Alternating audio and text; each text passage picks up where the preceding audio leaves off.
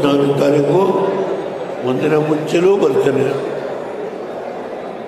ವೇದಿಕೆಯಲ್ಲಿ ಕುಳಿತಿರತಕ್ಕಂಥ ಎಲ್ಲ ನಮ್ಮ ಮುಖಂಡರು ಮಾತಿ ಹಾದಿ ನಾನು ಎಲ್ಲರೂ ಹೇಳಲಿಕ್ಕಾಗ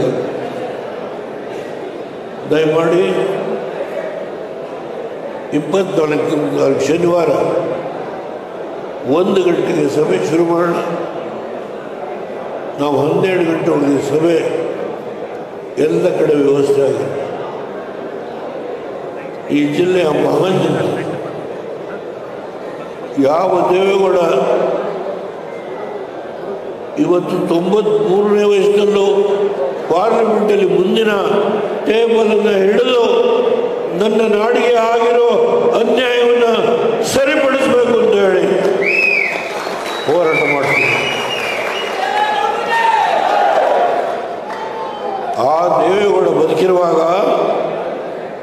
ಈ ಕರ್ನಾಟಕದಲ್ಲಿ ಈ ಪರಸ್ಪರ ಇಬ್ಬರು ರಾಜಕೀಯ ಮುಖಂಡರುಗಳು ಕರ್ನಾಟಕದಲ್ಲಿ ಯಾವ ರೀತಿ ಅಧಿಕಾರದ ಬಗ್ಗೆ ನಡೀತಾ ಇದೆ ಚರ್ಚೆ, ನಾನು ಅದ್ರ ಬಗ್ಗೆ ವ್ಯಾಖ್ಯಾನ ಮಾಡಲ್ಲ. 2 ವರ್ಷ ಇರ್ತಾರೋ ಏನಾಗುತ್ತೋ ನನಗೆ ಸಂಬಂಧ ಇದೆ. ಆದರೆ ಒಂದು ಮಾತನ್ನು ಹೇಳ್ತಾನೆ, ನಾವು ಈ ಒಂದು ಅವಕಾಶವನ್ನು ಸದ್ಬಳಕೆ ಮಾಡಿಕೊಂಡು ಈಗ ಏನೇನು ಅಕ್ರಮಗಳು ನಡೀತಾ ಇದೆ ಪ್ರತಿಯೊಬ್ಬರಿಗೂ ನಿಮಗೆ ಗೊತ್ತು. ಒಂದು ತಾಲೂಕು ಆಫೀಸ್ಗೆ ಹೋದರೆ ಇದೆ, ಜಿಲ್ಲಾ ಕಚೇರಿಗೆ ಹೋದರೆ, ಎಕ್ಸಿಕ್ಯೂಟಿವ್ ಆಫೀಸ್ಗೆ ಹೋದರೆ, ಎಲ್ಲಿ ಏನು ನಡೀತಾ ಇದೆ ತಲೆ ತಗ್ಗಿಸ್ಕೊಳ್ಬೇಕು. ಯಾಕಂದರೆ ಅವರು ಅಲ್ಲಿ ವ್ಯವಸ್ಥೆ ಮಾಡಿ ಬಂದಿರ್ತಾರೆ. ಅದರಿಂದ ಅವ್ರ ಬಗ್ಗೆ ನಾನು ದೂರಲ್ಲ. ಇಂಥ ಒಂದು ಸಂಕಷ್ಟಕ್ಕೆ ಈ ರಾಜ್ಯ ಏನು ಈಡು ಮಾಡಿದ್ದಾರೋ ಈ ಒಂದು ಸನ್ನಿವೇಶದಿಂದ ನಮ್ಮ ಜನತೆಗೆ ಆಗುವ ನೋವನ್ನು ತಪ್ಪಿಸಲಿಕ್ಕೆ ಈ ಪಕ್ಷ ಸದೃಢವಾಗಿ ಹೋರಾಟ ಮಾಡೋಣ.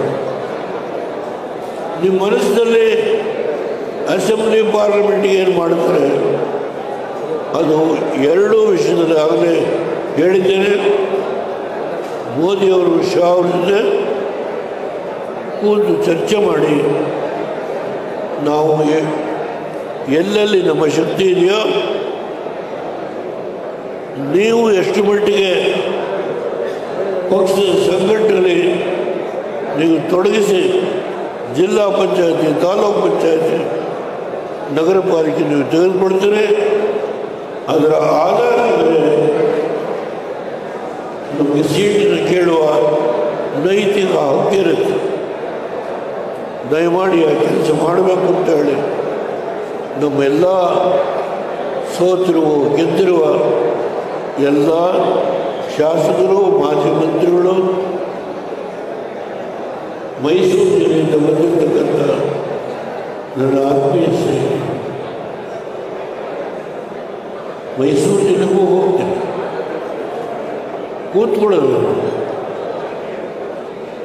ಬಾಗಲಕೋಟೆನಲ್ಲಿ ಒಂದು 7 ಅಡಿ 5 ಪಂಚರವದ ಸ್ಟ್ಯಾಚ್ಯೂ ಮಾಡಿದ್ದಾರೆ.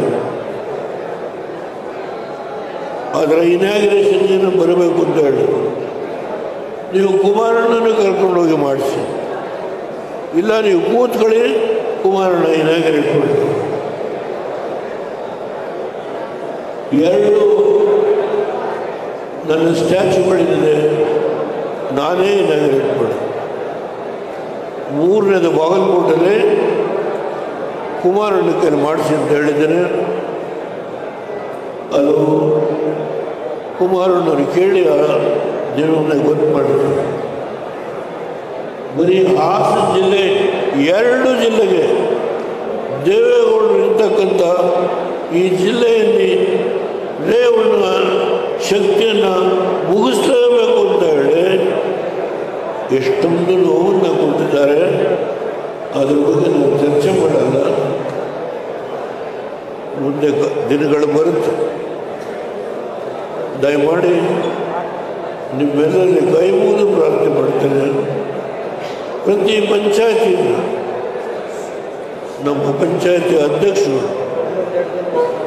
ದಯಮಾಡಿ ಎಲ್ಲರನ್ನೂ ಈ ಸಮಯ ಬಗ್ಗೆ ನಾನು ವಿನಂತಿ ಮಾಡ್ತೇನೆ. ನಮ್ಮ ಪಕ್ಷದ ಪದಾಧಿಕಾರಿ ದಯಮಾಡಿ ಕೈ ಮುಗಿದು ನಿಮ್ಮಲ್ಲಿ ಪ್ರಾರ್ಥನೆ ಮಾಡ್ತೇನೆ.